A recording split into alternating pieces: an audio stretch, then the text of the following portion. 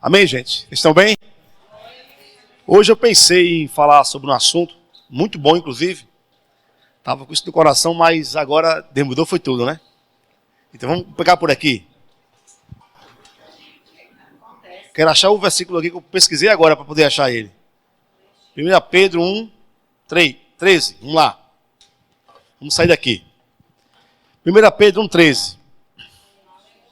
Louvado seja Deus. Isso, vamos lá. Nós estamos prontos para a palavra de Deus. Vamos lá. Por isso, cingido o vosso entendimento, sede sóbrios, e esperai inteiramente na graça que vos está sendo trazida na revelação de Jesus Cristo. Esse versículo é muito poderoso. Veio agora no meu coração ali, fresquinho. Né? Então, o apóstolo Pedro fala para nós cingirmos o nosso entendimento. Cingir o entendimento é você... Essa palavra cingir significa preparar. Cingir é você... O cingir dá a ideia de você colocar algo sustentado, apertado, né? Então, é uma linguagem que indica o seu entendimento está pronto, preparado. O seu entendimento está com aquela expectativa, não com a mente vazia, como se estivesse perdido, como se estivesse sem entendimento das coisas. Você precisa estar focado, com a sua mente ocupada, com a sua mente alimentada com a verdade, né? Então, ele diz, cinjam o vosso entendimento. Ou seja, prepare as vossas mentes, prepare o vosso entendimento. Sejam sóbrios. Eu irmão, estou recebendo muita coisa de Deus nessa passagem. Ser sóbrio é você não se deixar levar pela influência do mundo. E quando eu falo influência do mundo, eu não estou falando sobre pecados sexuais, pornografia, tentações carnais. Eu estou falando sobre você ser levado pela ansiedade, pela preocupação, pela dúvida, pelas circunstâncias. Quando você cede a essas coisas, você não está sendo sóbrio. E ele diz, sejam sóbrios. Ou seja, tenham bom senso. Não se entregue às coisas e deixem de experimentar o que Deus tem para as suas vidas, né? E esperem, outra afirmação muito forte é inteiramente. Dependam da graça de Deus. Essa é a mensagem aí que Pedro está passando. Esperem inteiramente na graça, no favor de Deus, na bondade de Deus, não na sua habilidade, na sua capacidade, não no que você acha que você pode produzir, mas espere inteiramente na graça. Quantos creem que Deus tem graça para nós aqui? Nós estamos na graça, isso é um fato. Estamos na graça. O apóstolo Paulo diz que não estamos mais na lei, e sim estamos debaixo da graça. Estamos numa aliança que Paulo chama de nova aliança, e esta aliança é a aliança da graça, onde nós devemos viver debaixo da influência do Espírito e do poder de Deus. Então, viver na graça, tentando agradar a Deus ou obter algo na sua própria força, sem confiar em Deus e sem acreditar a Deus a honra e a glória e o mérito por você obter algo, é você querer viver ainda como se vivesse debaixo da lei. Enquanto o apóstolo Pedro diz, esperem inteiramente na graça. E ele diz, que vos está sendo trazida. Eu acho que tem uma reverberação no microfone, é impressão minha. Tem como tirar isso aí? Tem não, né? Não é isso não, é outra coisa. É o microfone. Ó, que vos está sendo trazida esta graça. Presta atenção, gente. É o poder de Deus que vai mudar as coisas na sua vida. Não é a sua força. Essa graça, esse favor, esse poder, porque graça também é o poder de Deus. O apóstolo Paulo diz, inclusive, em 2 Coríntios 9, o Senhor fala para Paulo, 2 Coríntios, na verdade é capítulo 12, versículo 9, o Senhor fala, a minha graça te basta, porque o poder se aperfeiçoa na sua fraqueza. Então o poder é a graça é o poder de Deus. Então o apóstolo Pedro, voltando para a passagem que nós estamos lendo, ele diz que esta graça ela está sendo trazida na revelação de Jesus Cristo. O que isso quer dizer? Quanto mais você conhece Cristo, mais você tem graça. Qual o seu objetivo nessa terra? É conhecer mais a Cristo, cada dia. Não sobre Ele apenas, mas ter relacionamento, intimidade, comunhão, estar com Ele.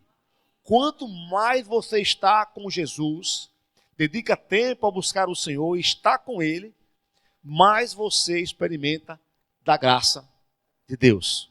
Olha que interessante, você está na graça, não está mais na lei. A graça está disponível para você. E a mensagem é: esperem, sejam sóbrios, cinjam o vosso entendimento. Não deixe sua mente vagar, vazia, aceitando sugestões, informações que são opostas à palavra de Deus. Cinjam o vosso entendimento. Ou seja, não deixe o entendimento solto, alheio, vagando, não. Cinja ele. Com o quê? Com a palavra. Amém? Sejam sóbrios. Tem muita gente, irmão, se comporta como se fosse incrédulo. Como alguém que está sendo embriagado pelos problemas. E as suas reações... Está lá gravando já? Está gravando lá na mensagem? Suas reações, a sua forma de responder é como se estivesse debaixo de uma influência, um feitiço. Deveria agir de acordo com a palavra, manter a paz, a sobriedade, a fé, a calma, mas fica como se estivesse influenciado por uma coisa fantasiosa. E age como se fosse uma pessoa que não tem Deus, que está desesperada na vida. As suas reações é como se fosse alguém que estivesse sem sobriedade. Pedro diz: sejam sóbrios, espere na graça, e a graça está sendo trazida na revelação de Jesus Cristo. Então, irmão, conheça Cristo. Não se preocupe, mas eu tenho conta para pagar. Conheça Cristo. O seu foco maior é conhecer a Cristo. Quando você busca Jesus, conhece a Cristo, a graça vai trabalhar ao seu favor. A graça vai fazer aquilo que você não pode fazer. Essa é a mensagem. Essa é a mensagem para você. Mas eu estou enfermo. Busque Jesus. Quando você busca Jesus, a graça de Deus, o favor de Deus, opera na sua vida, trazendo saúde. Veja que o nosso foco muitas vezes é buscar as coisas que estamos necessitados, quando deveríamos estar buscando a Cristo. Toda a nossa força devia estar empreendida em buscar a Cristo, em conhecer a Cristo. Quanto mais eu conheço a Cristo, mais eu sou fortalecido, mais eu sou cheio da graça de Deus. Se você quer ver a graça operar em seu favor, se você quer ver Deus operar em seu favor, experimentar coisas que você nunca experimentou antes na vida, conheça Cristo. Amém? Esse é o caminho. Esse é o caminho que Paulo trilhou. Esse é o caminho que Pedro está nos orientando a trilhar. Porque não dá para viver na graça querendo viver na própria força. Você vai se cansar. Você vai se perder. O apóstolo Paulo, em 2 aos Coríntios, capítulo 3, vamos lá.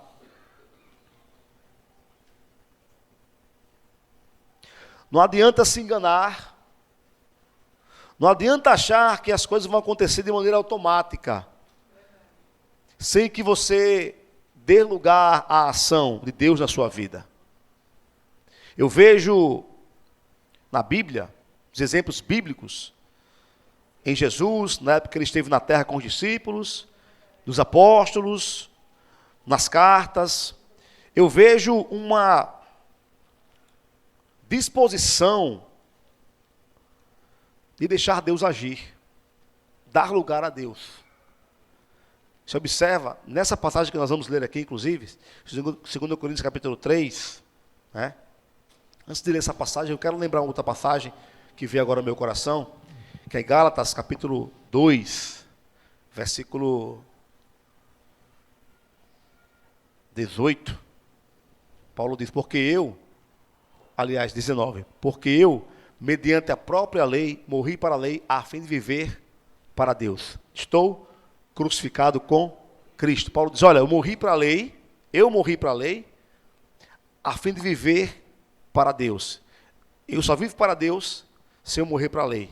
Porque viver para Deus é viver debaixo da graça dependendo da graça de Deus. Assim eu vivo para Deus, não mais para a lei. Ele diz, eu morri para a lei, a fim de viver para Deus. E tem uma coisa, eu estou crucificado com Cristo.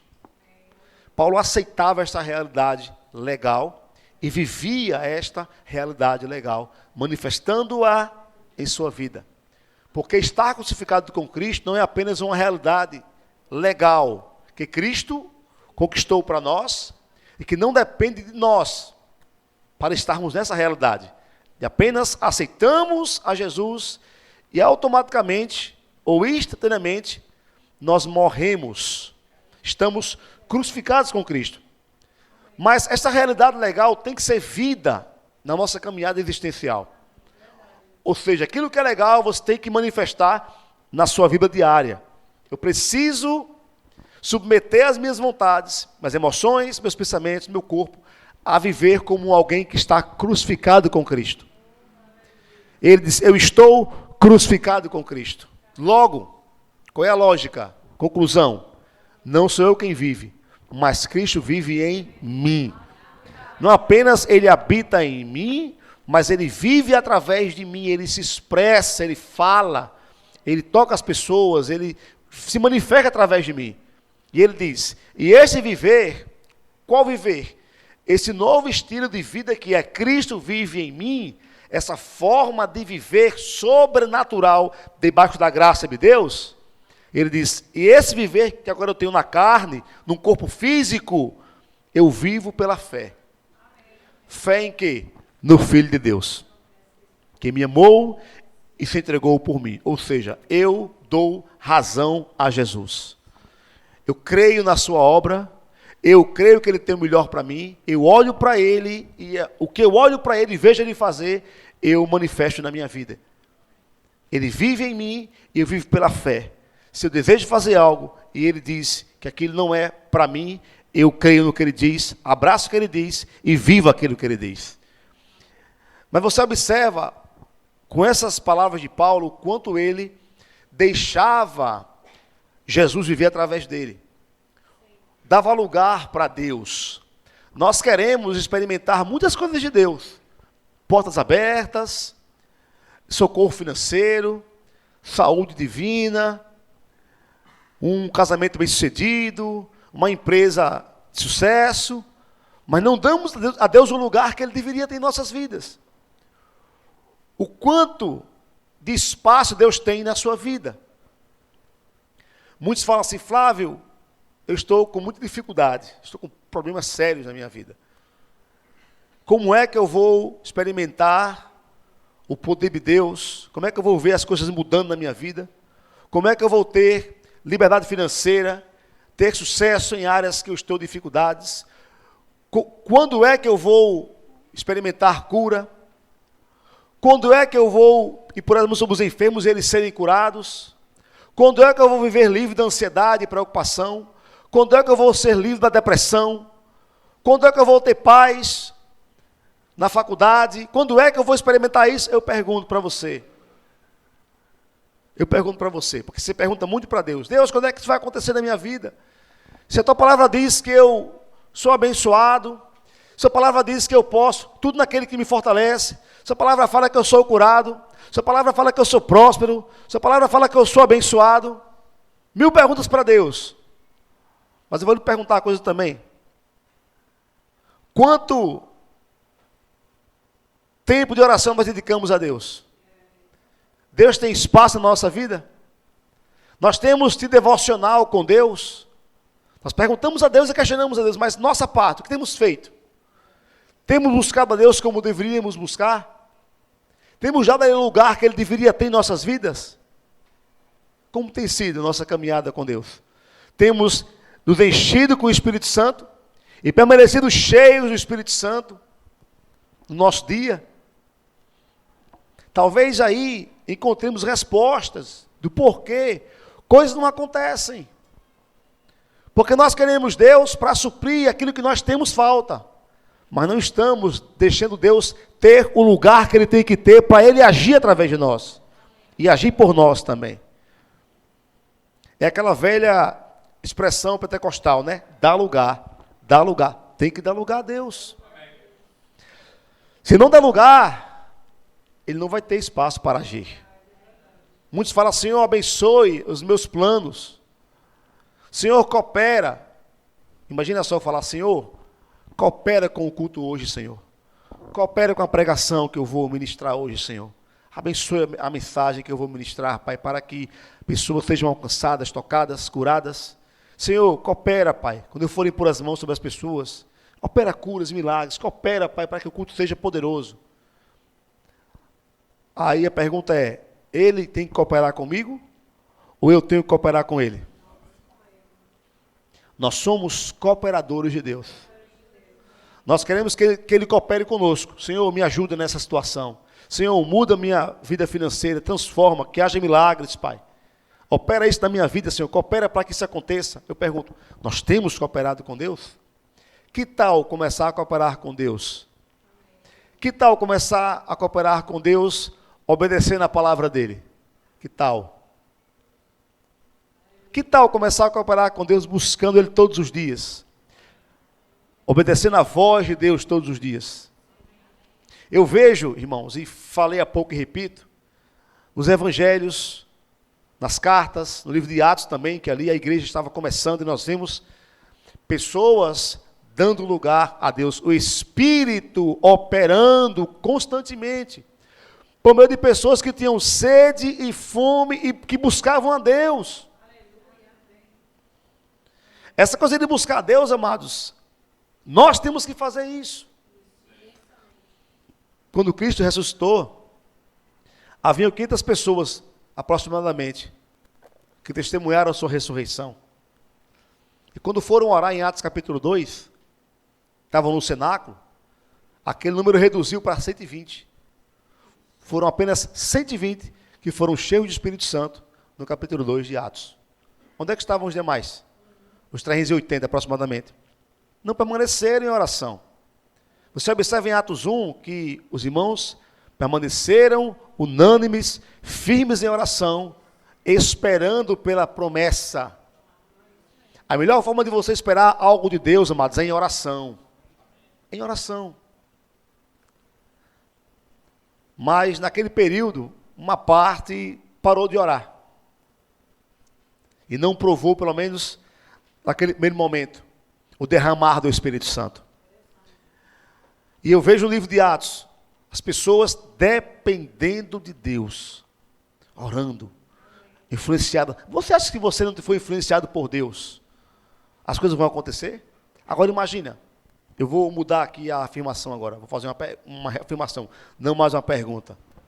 Se você foi influenciado por Deus, você acha que vai ter impossíveis para você? Imagina você seguindo o plano de Deus. Por que você está aqui? Deus te criou não para o fracasso. Isso não é uma afirmação de autoajuda. Isso é uma verdade bíblica. Em Efésios capítulo 2, versículo 10, Efésios 2:10, Paulo diz, pois somos feitura dele. Sabe o que é feitura? Essa palavra feitura é poema, que dá a ideia de poema. Nós somos um poema escrito por Deus. Você já viu algum poema ser triste, deprimido, ou um poema ser com um final triste? Somos feitura dele. Criados em Cristo Jesus para quê? Para quê? Boas ou más obras? Aleluia. Boas obras. E ele diz as quais Deus de antemão preparou para que andássemos nela. Antes de você nascer, Deus já havia preparado boas obras para você andar. Você tem que fazer é entender o plano que Deus tem para você. O que você tem que fazer, e eu, precisamos fazer, não é querer que Deus abençoe nossos planos. Senhor, abençoe meus planos. Eu estou com tal e tal projeto, eu estou querendo fazer isso. Eu sei, irmãos, que é difícil. Porque andar na fé, confiar em Deus, esperar inteiramente na graça, não é fácil quando nós temos força e energia para tentar conquistar as coisas. Mas eu vejo muita gente fazendo planos e não colocando diante de Deus os planos antes de fazer as coisas. E quando sofrem um dano por não colocar dentro de Deus, muitas pessoas que fazem isso, culpam Deus pelo insucesso. Desanimam na caminhada, largam a fé, perdem o estímulo. Por quê? Porque elas fazem seus próprios planos, não consultam Deus a respeito deles, dão passos, quebram a cara e no final é contra o Senhor que seu coração se ira. Nós não temos que dizer, Deus, abençoe meus planos. Não é isso. O que eu tenho que fazer é conhecer o plano de Deus. Porque o plano de Deus já é abençoado. No plano de Deus já há suprimento disponível. É inversa a conclusão. Eu tenho que conhecer o plano de Deus, me dedicar a conhecer a Cristo, e o plano de Deus já é abençoado. Estando na vontade de Deus, diz, boas obras que Deus antemão preparou para que andássemos nela, há boas obras para você viver. Há boas obras para você viver. Estar na vontade de Deus é estar caminhando nas boas obras que Ele preparou de antemão. Você não está aqui para ser um fracasso. A dificuldade que você enfrenta hoje, você tem que entender, não impede da vitória que Deus tem para você amanhã. Ah, minha realidade de hoje é difícil, tudo bem, mas não impede, tem nada a ver com o que Deus tem para você amanhã. Deus tem amanhã poderoso para você. Não importa como você está hoje, Deus tem dias gloriosos para você.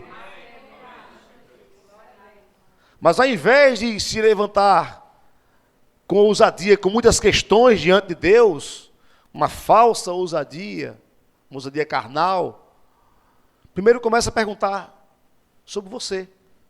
Eu tenho buscado a Deus, eu tenho orado, dado lugar a Deus, dependido do Senhor, ou da minha própria força, o que eu tenho feito?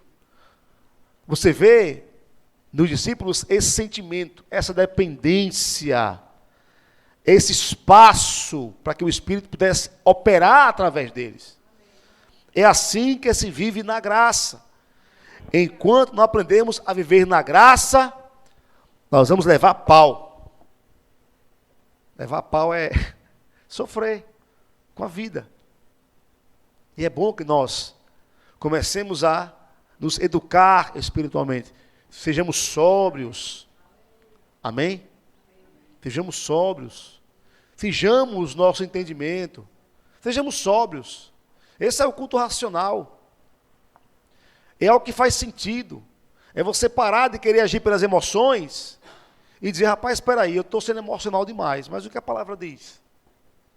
A palavra diz que você tem que renovar a mente. A palavra fala que você tem que buscar a Deus. Ah, mas eu não estou com vontade. Não estou com vontade. Não. Igual a Rebeca, né? Às vezes eu brincando com a Rebeca. A Rebeca estava com o telefone meu telefone na mão lá, vendo umas coisas no vídeo. Aí eu peguei o iPhone de Jean para trocar pelo meu, né? Aí toma a Bequinha lá. Bequinha, meu amor, aqui, ó. Mesmo videozinho que o Flávio colocou. Aí botava outro, trocava, olha. O nome da bonequinha é Rebeca lá. Aí eu olhava assim, aí o narrador. Ô Rebeca, não sei o que, ela. Curiosa aí. Pega, meu Aí tem que parar aí, eu me lembrei que meu relógio comanda meu telefone. Aí comecei a dar pausa, adiantar, dar pausa. Ela dava pronto, dava pausa aí. Ela se aborreceu. Tem crente que é assim. Gente, é porque a coisa é muito séria. Nós queremos viver o dia, porque você não pode viver um mês de cada vez. Tem que viver um dia de cada vez. Não pensa no mês. Mas se você perguntar ao Senhor, hoje, por exemplo, vocês estão aqui hoje à noite, né? Estava chuvoso o tempo. Senhor, não estou afim de ir para o culto. Vou ou não vou? Qual é a resposta que Deus tem para você? Obedecer nas pequenas coisas, irmão, abre porta para grandes coisas. Quem é fiel no pouco, vai entrar no muito. Esse é exemplo simples. Exemplo simples. O quanto nós somos insubmissos. O quanto caminhamos na carne. O quanto somos indispostos muitas vezes. Porque nós sabemos a vontade de Deus e muitas vezes não estamos dando lugar para que a vontade dele ganhe espaço na nossa vida. Fazemos igual a Rebeca. Vamos, Senhor, Deus fala assim, vá para o culto de oração quarta-feira. Quer? Por quê? Eu sei, irmãos, que Deus fala com você. Estou mostrando o quanto nós precisamos ceder à vontade de Deus. Paulo diz, apegai-vos, ou melhor, detestai o mal, apegando-vos ao bem. Detestai o mal. O mal não é o que você acha que é mal, é o que você sente que é mal. O mal, ele não precisa do que você sinta para se manifestar como mal. O mal, ele já é mal por si mesmo. Tem coisa que você acha que é má para você, que você não deseja aquilo, mas que é bom para você. E tem coisa que você acha que é boa, mas que no fundo é má. Porque não é o seu desejo que define o que é mal e o que é bom, mas é a verdade da palavra. Às vezes você desejaria que seu filho fosse grande. Às vezes tem um filho baixinho, também cadê massa? Estou brincando. Às vezes tem um filho pequeno. E você, como eu queria que meu filho fosse grande. Aí você fala, meu filho, como você é grande? O seu desejo não vai mudar o que seu filho é. Ele é pequeno. A realidade é uma coisa. E nós temos que ser sóbrios. Encarar a realidade. Paulo diz, o culto racional mesmo. É o vosso culto racional. Oferecer o corpo como sacrifício vivo, santo e agradável a Deus. Faz sentido. Não é algo que você vai sentir, eu estou com vontade de andar na palavra. Não. É sobriedade. Sejam sóbrios. Não entregue a sua mente às coisas e viva pelos sentimentos. Não. Finja a sua mente com a palavra de Deus. E eu pedi para você abrir 2 Coríntios 3. Eu vou ler essa passagem, vamos terminar com ela. Eu quis mostrar um pouco de como nós necessitamos de depender de Deus, de dar lugar a Deus para que Ele haja, para que a graça de Deus haja na nossa vida. E aqui o apóstolo Paulo começa falando o seguinte, começamos porventura outra vez a recomendar-nos a nós mesmos? É uma pergunta, irmãos, que Paulo está fazendo aqui, porque ele demonstra com essa afirmação que para estar sobre aquela igreja como líder, como apóstolo fundador, ou para se apresentar ali diante dos irmãos, ele não precisava de nenhuma recomendação, como alguns recebiam cartas. O que é a recomendação? É você chegar num lugar e dizer, rapaz, cheguei na igreja, por exemplo, você vai embora daqui, né? Ninguém vai embora daqui, amém? Mas vocês vai para outra igreja congregar, e aí o pastor quer conhecer você melhor. Ele fala assim, olha, eu quero que você me traga uma carta de recomendação da sua antiga igreja, para eu saber se você é peça boa ou peça ruim, né?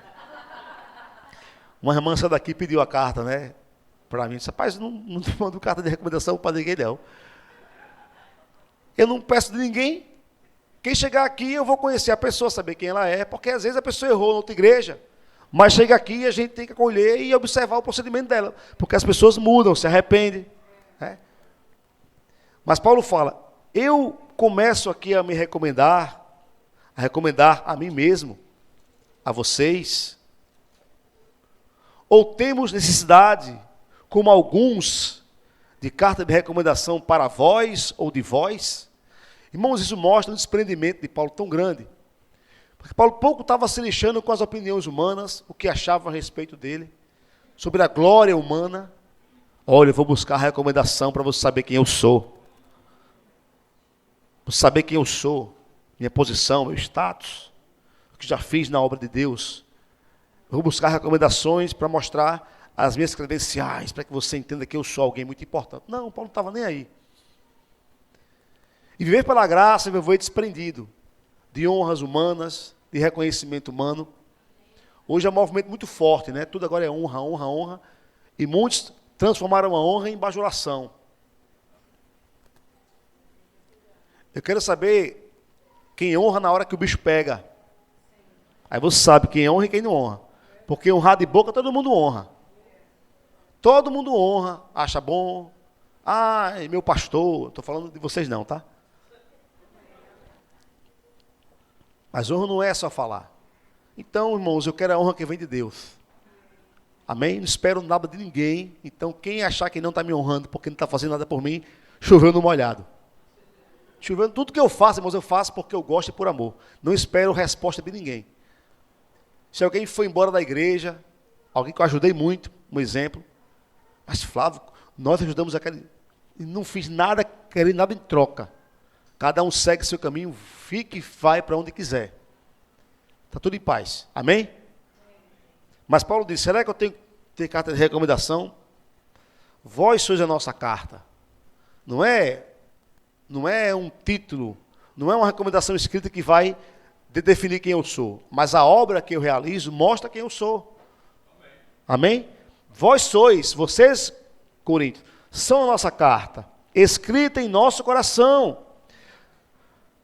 conhecida e lida por todos os homens, porque aqueles irmãos andando na verdade, era uma manifestação do ministério de Paulo, e esse Paulo está dizendo aqui, estando já manifesto como carta de Cristo, produzida pelo nosso ministério, ô glória, escrita não com tinta, mas pelo Espírito de Deus vivente, não em tábuas de pedra, mas em tábuas de carne, isto é, nos corações.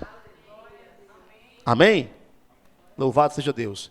Ele já está aqui dando uma introdução sobre o Espírito e a lei. A diferença entre andar no Espírito e querer abraçar a lei.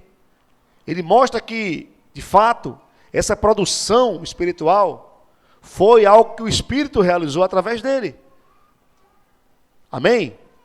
Foi o poder de Deus através dele que fez isso.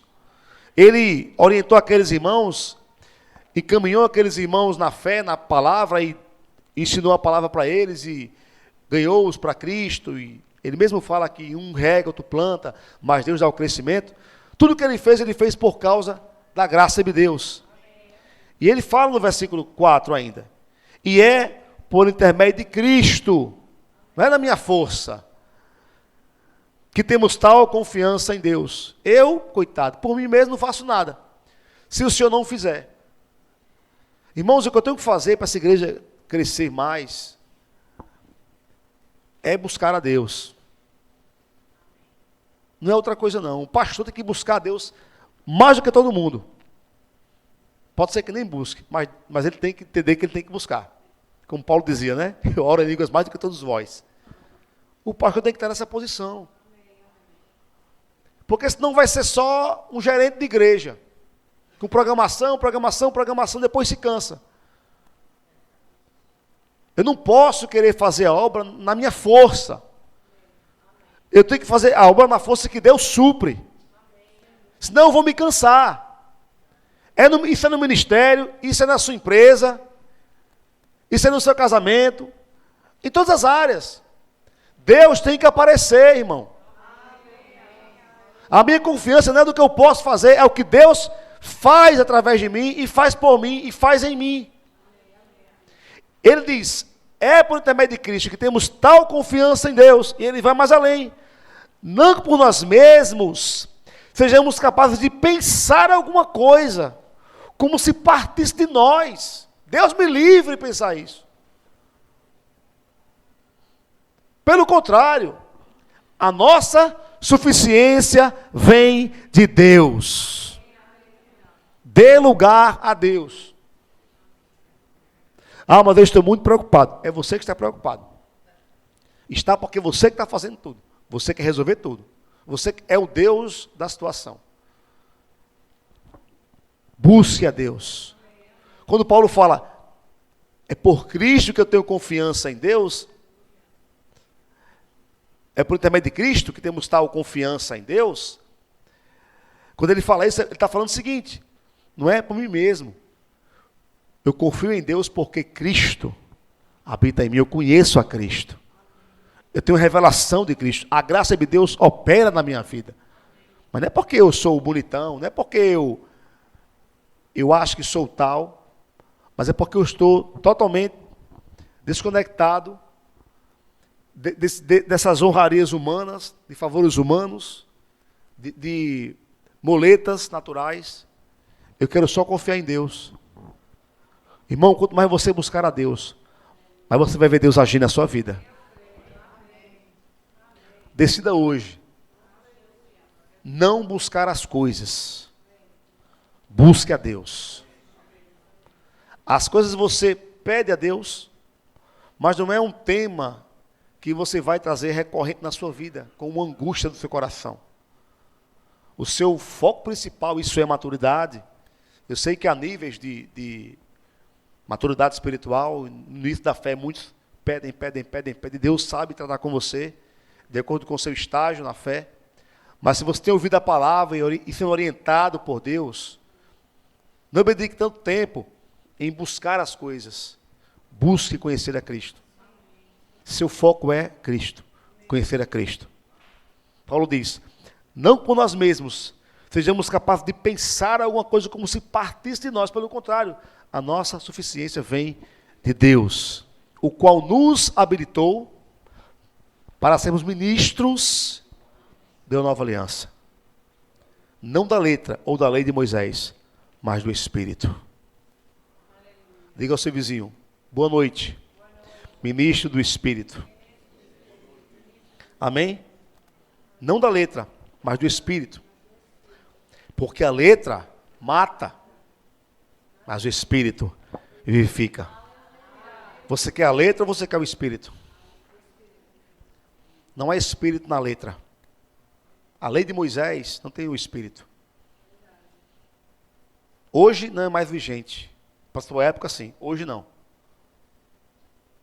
Quando eu falo sobre a lei de Moisés, eu falo sobre essa obrigação de viver debaixo da lei, buscando se justificar diante de Deus mediante a lei. Não dá mais para se justificar diante de Deus pela lei. Tudo que você tem hoje é pela graça de Deus. Não é porque você faz algo e tem algo em troca, porque você merece. É por causa de Cristo. Amém, amados? Quem quer viver pela lei, na própria força, sem o Espírito, porque viver na graça é você entender, o Espírito habita em mim, e Ele me capacita. E viver pela graça é entender que você não está sozinho, que Deus habita em você. A lei até exigia coisas boas, mas a lei não supria o homem com a natureza de Deus, nem com a vida de Deus. Paulo fala em Romanos 4 sobre as justas exigências da lei. A lei exigia o que é justo, mas a lei não supria o homem com a graça. A lei só exigia. Por quê? Porque Deus, ele é santo. E a lei exigia, ande em santidade, faça isso, faça aquilo. A graça, ela supre o homem com o que Deus é, para que o homem viva para Deus na força que Deus supre. Você entendeu? É tanto que Paulo diz, a fim de que as justas exigências da lei se cumprissem em nós, que não andamos na carne, mas no Espírito. Ou seja, quando você anda no Espírito, aquilo que a lei exigia de você, você vive porque você está cheio do Espírito, andando no Espírito, cheio da graça de Deus. A graça lhe capacita a viver para Deus, na força que Ele supre, não na sua própria força. Paulo diz, a letra mata, mas o Espírito vivifica. E se o ministério de morte, o que é a lei? Ministério de morte, gravado com letras em pedras, a lei foi gravada com letras em pedras, se revestiu de glória, a ponto de os filhos de Israel não poderem fitar a face de Moisés. Olha o que ele está dizendo, a lei era um ministério glorioso, era tão gloriosa a lei, para a sua época, que o povo de Israel não podia fitar a face de Moisés, por causa da glória do seu rosto, ainda que desvanecente. O que é isso? A lei tinha um tempo de duração, a lei era passageira. Era uma glória, sim, mas era desvanecente, indicando que a lei ia passar, não era para sempre. Amém, amados? Mas havia glória na lei, mas era glória desvanecente. Moisés desce do monte, rosto brilhava, ninguém conseguia fitar a face de Moisés. Mas a glória do rosto, além daquele desvanecente. Como não será de maior glória O ministério do Espírito. Ô glória! Esse ministério que você está hoje, que é o do Espírito, debaixo da graça, é muito mais glorioso do que o ministério da morte, do que o ministério da lei.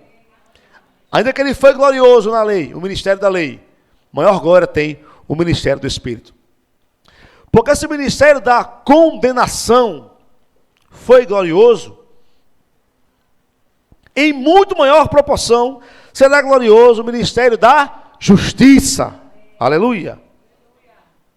Portanto, na verdade, o que outrora foi glorificado, o ministério da lei, nesse respeito, já não resplandece diante da atual e sobreexcelente glória.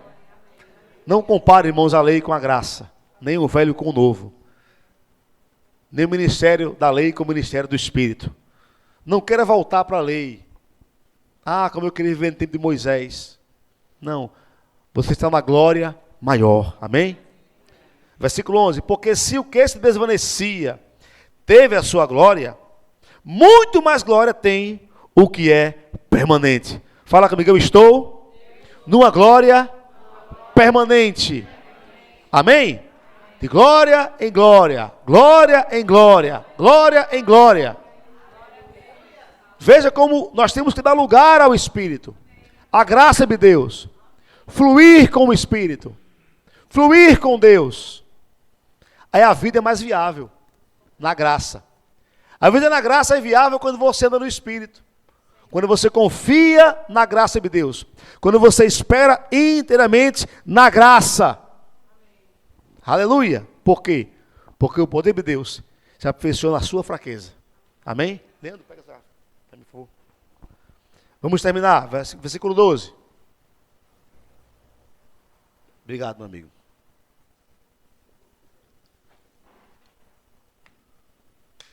Versículo 12.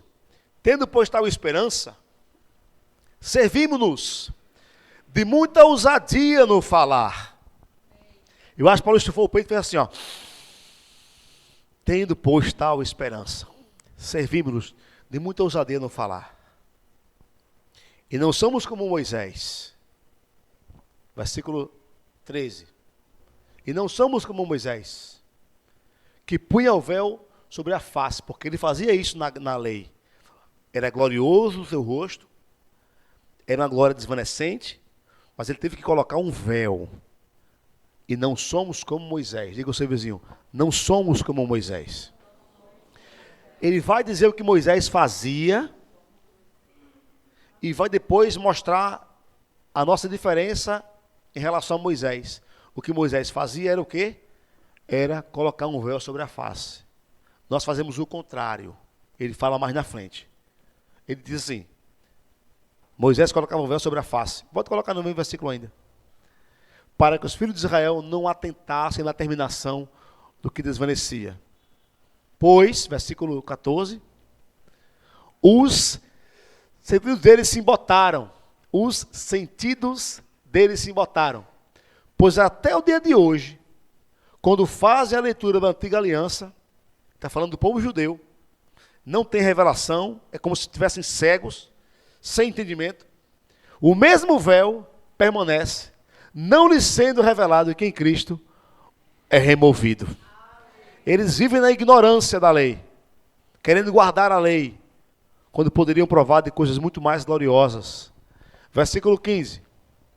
Mas até o dia de hoje, quando é lido Moisés, o véu está posto no coração deles. Eles acham que aquela lei é vigente e que a graça não deve ser abraçada. Versículo 16. Quando, porém, algum deles se converte ao Senhor, o véu lhe é retirado. Eles passam a ter entendimento, a ter revelação da palavra, do Espírito. Versículo 17. Ora, o Senhor é o Espírito. O Senhor é o Espírito. E onde está o Espírito do Senhor? Aí a liberdade. Amados, o Senhor é o Espírito. Amém? E onde está o Espírito do Senhor? Sabe que ele habita em você? Em você há liberdade. Você tem que fazer o quê? Experimentar essa liberdade. Viver essa liberdade. Viver para Deus. buscar a Deus, depender de Deus, ter comunhão com Deus, conhecer a Cristo, para que essa liberdade que você tem dentro de si, ela se manifeste, seja algo real, fora de você. O Senhor é o Espírito. E onde está o Espírito do Senhor, aí há liberdade. Agora vocês lembram que Paulo falou sobre Moisés, no versículo 13? Olha só, vamos lá, por favor, Jefferson. 13. Paulo diz, e não somos como Moisés. O que Moisés fazia? Ele punha o véu sobre a face, para que os filhos de Israel não atentassem na terminação do que se desvanecia. Ele cobriu o rosto. Mas como nós não somos como Moisés, nós fazemos o contrário. Versículo 18. E todos nós, ao contrário de Moisés, com o rosto desvendado. Essa palavra contemplando não é a palavra mais exata para esse texto. A palavra mais exata é uma versão que diz refletindo. Quem tem essa versão aí? Refletindo como um espelho. Amém. É a mais precisa. Todos nós, na nova aliança, na graça, com o rosto descoberto, ao contrário de Moisés, refletindo como um espelho a glória do Senhor. Você está aqui para refletir como um espelho a glória de Deus. Quanto mais você for cheio com o Espírito Santo, quanto mais você buscar a Deus, quanto mais Deus estiver lugar na sua vida, mais todos vão ver a glória de Deus através de você. Aleluia.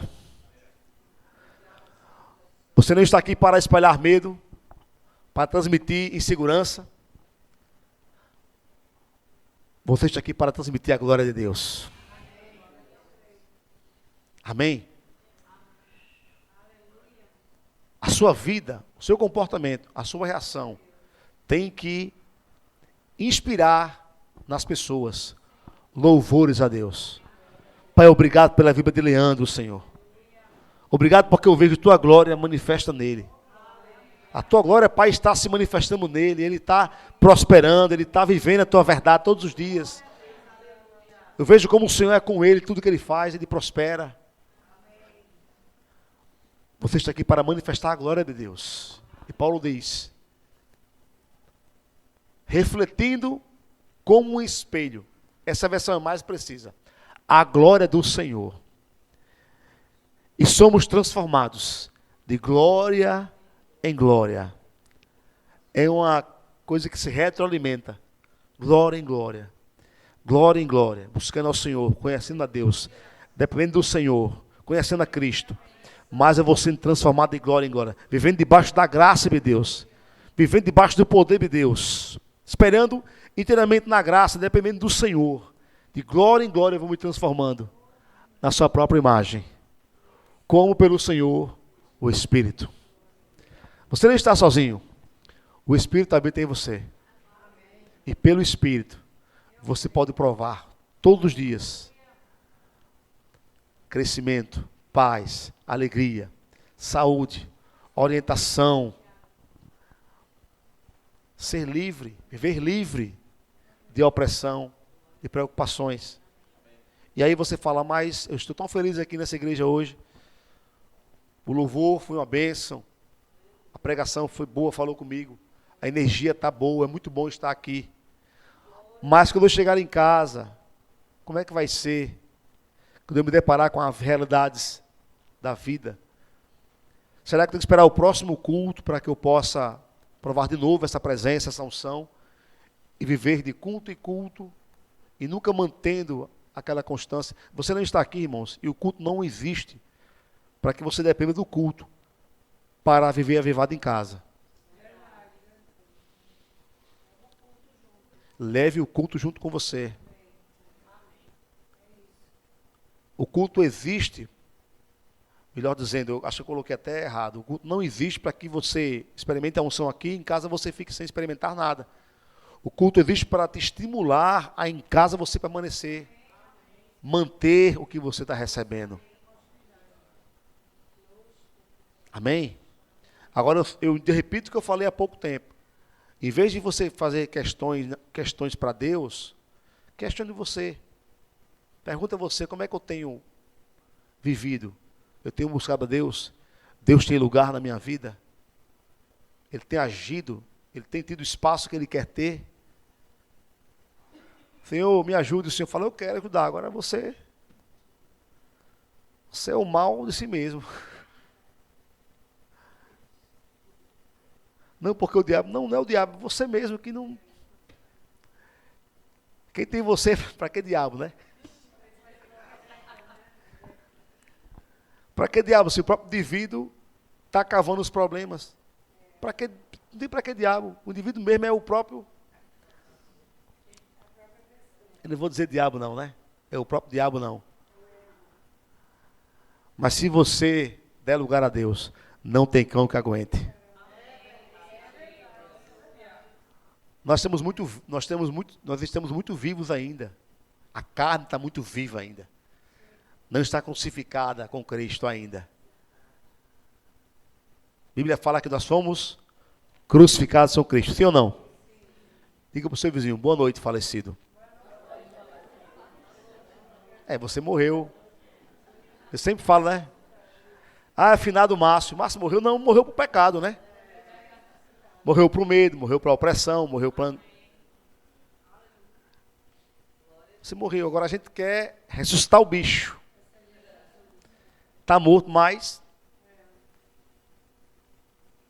Quer ressuscitar o bicho. Não, tem que deixar o bicho morto. Se ele ficar crucificadozinho, e Cristo viver através de você, aí você vai sendo transformado de glória em glória.